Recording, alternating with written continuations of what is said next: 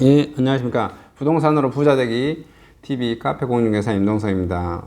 오늘은 그 지코노미 해가지고 한국경제신문에서 나왔는데, 행복주택에 대해서 좀 파트로 자세히 좀 나왔어서 행복주택 한번 알려줘 보겠습니다. 제목은 올 28만원 내면 마포 C아파트 거주 행복주택 청약 도전해볼까 이렇게 잡혀져 있네요. 그 행복주택 청약 가이드라고 하는 게 근데 보증금 8천만 원 내야 되네요. 그냥 28만 원만 된 게 아니고.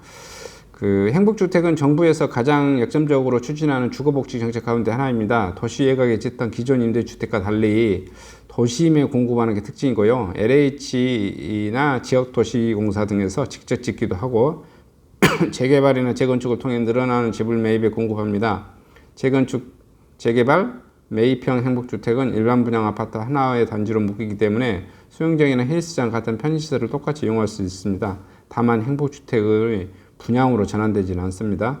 자, 행복주택 유형별 자격 기준을 보면 대학생인 경우 주택은 이제 무주택자여야 되고요. 혼인을 하지 않아야 되고 청약통장은 없어도 되고 조건이 대학생 재학 또는 복학 예정, 고교 대학 졸업 또는 중퇴 2년 이내, 월 평균 소득이 3인 이하 가구는 뭐 100% 이하, 그 다음에 자산가액이 7,500만 원 대 되고요. 자동차 가액은 뭐 필요 없고 최대 거주 기간은 6년까지 가능하다고 그러네요. 그 다음에 뭐 청년인 경우는 무주택자여야 되고요. 혼인은 뭐 안 해도 되고요.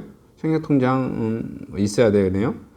만 19세 이상에서 만 39세 이하에 해당되고요. 소득 업무 종사 기간이 5년 이내의 사회초년생 또는 재취업준비생, 가구 원수별로는 100% 이하, 본인 80% 이하, 2억 8천만 원, 자산 가액은 2억 8천만 원이고요. 자동차 가액은 한 2,500만 원 뭐 이하해야 된다는 소리겠죠. 최대 거주 기간은 6년까지 가능하고요. 신혼부부는 무주택 가구여야 되고, 혼인 여부는 뭐 했어도 되고, 신혼부부니까 당연히 혼인해야겠죠. 청약통장은 있어야 되고, 합산 혼인 기간이 7년 이내, 재혼 포함.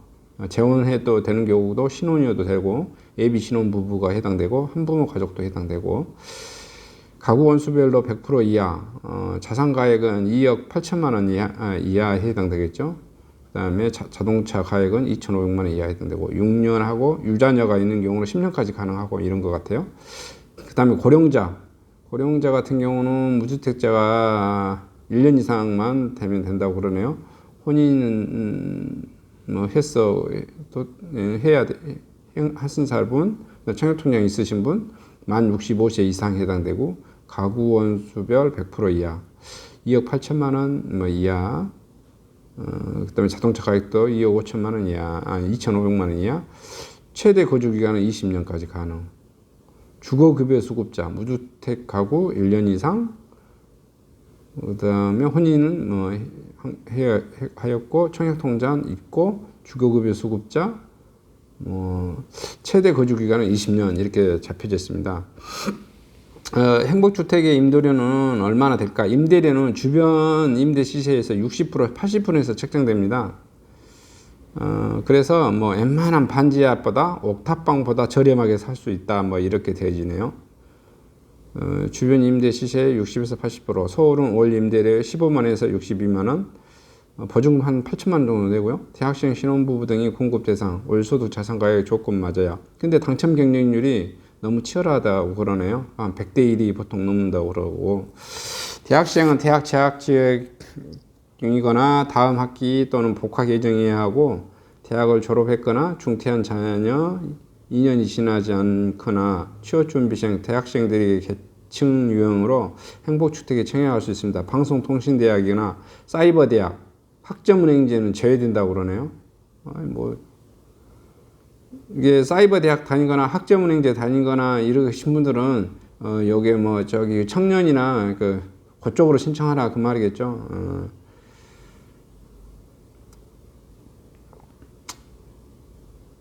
그리고 만 19세에서 39세 이하여야 되고, 이 기준을 벗어나더라도 다시 사회 초년생이면 청년 계층으로 행복주택에 청약할 수 있고요. 여기서 말하는 초년생이라는 통념적으로 새내기를 말한 게 아니라 소득이 있는 업무에 종사하는 경우, 내 백수였다가 그러면 직장 취직해서 5년 이내만 되면 된다, 뭐 이렇게 되어질 것 같아요. 이게 좋은데, 그러면 신혼부부 되어지고 청년에서 만 39세까지 해주고 만 40세부터 64세까지가 좀 비네요. 좀 그런 거네요. 중장년층은 뿌리 내렸다 이렇게 뭐 보시는 것 같아요. 거기까지를 국가가 뭐 도와줘야 되냐, 이제 이런 논리인 것 같고, 결혼한 부부나 신혼부부 계층에 배정되는 행복주택을 신청할 수 있고요. 혼인기간은 7년까지 신혼을 인정해주고요. 또 뭐 재혼한 지 3년이 지난 상태라도 합사한 혼인기간이 7년이 이내이기 때문에 신혼부부의 행복주택을 노릴 수 있다고 뭐 그런데, 조건을 꼼꼼히 체크해야 됩니다. 청약하려면 소득과 자산가의 기준이 있어야 되는데, 우선 월평균 소득 전년 또 도시근로자 가구 평균 월평균 소득이 100보다 낮아야 돼요. 지금 계속 읽어줬던 것 중에 가구 원수별 100%였는데 우리나라 통계를 말한 것 같아요. 통계보다 가난한 사람만 해당한다라 이러겠죠. 3인 가구는 540만 원 뭐 이하, 4인 가구는 616만 원 뭐 이하, 5인은 669만 원 이하. 대학생 계층은 자신의 부모 소득을 합친 금액이 3인 가구 기준이어야 하고, 청년 계층의 경우 본인 소득이 가구당 월 평균 소득의 80%다 적어야 한다고 뭐 이렇게 되어지네요. 어찌됐든 당첨 확률이 뭐 100대 1이고, 사실은 이런 것은 국가가, 제가 봤을 때 국가를 향해서 데모하지 말고 속된 말로 그런 겁니다. 국가도 돈에 의해서 자유로울 수 없어요, 항상. 그래서 안 해줄 수 없으니까 한다고 생색내고, 요놈이라도 주면은 국민들이 국가를 향해서 데모하지 않고, 이게 쉽게 말해서 이렇게 좀 잠재우는 그런 역할입니다. 실질적으로 제가 봤을 때는 이런 거 물론 이제 신청해 보시기는 하는데, 여기다가 내가 6년 살고 8년 살고 어떻게 10년 살고 이렇게 해서 이런 거에다가 만족하지 마시고, 저 같은 경우는 차라리 주거를 사시는 게 좋다 이거죠. 허름한 아파트라도 사시는 게 좋고, 외곽에 있는 거라도 돈이 안 되시면, 제가 봤을 때는 이런 행복주택에 가서 있으면 6년 정도 지나면 뭐 물가 상승률 봐서 돈 살포량이 봐가지고 금액이 엄청 올라져 있습니다. 그래서 6년 후에 거기서 나오면, 물론 내가 돈을 꾹 모아가지고 살 수 있다? 근데 저는 그 방법보다는 지금 힘들지만 있는 돈으로 외곽이든지 아니면 좀 더 단계가 낮은 단계라든지 그런 거 주택을 사서 들어가서 사는 게 훨씬 가격이 빨리 오른다, 뭐 이렇게 해서, 저 같은 경우는 제가 여기 이제 뭐 지코노미 해가지고 행복주택 나와 있길래 지금 뭐 전반적으로 읽어봐는 드리지만은, 그렇게 썩 권해드릴 상품은 아니다. 돈이 없어도 어떻게 해야 된다? 내 수준에 맞춰서 외곽에 있는 아파트라도, 좀 안 좋은 비인기 아파트라도, 아니면 빌라라도 사시는 게 낫다 이거예요. 여기 이런 데 들어가서 사시는 것보다. 그래야 내 집이 있어야 사람이 힘이 있습니다. 남자들은 항상 그래요. 남자들은 혼자 살 때 뭐 쾌적하고, 여자한테 물어보십시오. 결혼하려고 할 때 여자한테, 집 없는 사람 남자한테 결혼할 생각 자체를 안 합니다. 그리고 바로 여자 입장에서 반박을 합니다. 제 친구도 돈을 엄청 잘 버는 친구가 있습니다. 돈을 얼마나 많이 버느냐면, 항상 오피스텔에 살고 쾌적하게 삽니다. 지갑에는 봐보면 1억도 가지고 다닙니다. 현금을. 이렇게 어음 같은 경우 이런 거 수금이라고 사업하는 친구인데요. 뭐 개인 사업 같은 그런 친구인데, 뭐 국내 차에서 최고급 차를 몰고 다니고 있고, 그런 친구인데, 절대 집은 사면은 안 된다고 이렇게 하는 친구예요. 그렇게만 했는데 결혼하자마자 바로 사시더라고요. 왜냐? 여자가 바로 쪼아버려요.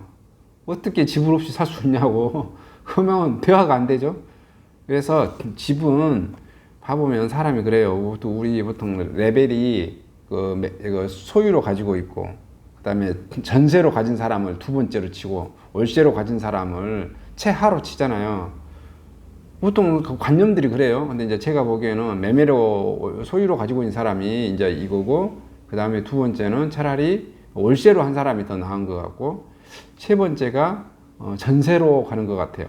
전세라고 한 제도는 어떻게 보면 한국에만 있는 유일한 제도인데, 사람들이 이 전세가 세입자를 위한 제도인 것 같은데, 시간적으로 이렇게 나이를 먹고 계속 해 보시면 아시겠지만, 소유자, 건물을 이렇게 소유를 한 그 사람들의 그 레버리지를 일으키거나, 쉽게 갭 투자하는데 도와주거나, 이런 역할에 뭐 안충장치 역할을 합니다. 물론 이제 전세 제도가 또 이익된 제도도 뭐 이렇게 서민들한테 있긴 있겠지만, 뭐 100% 또 나쁜 쪽으로만 말할 수는 없지만, 어쨌든 그렇다라는 겁니다.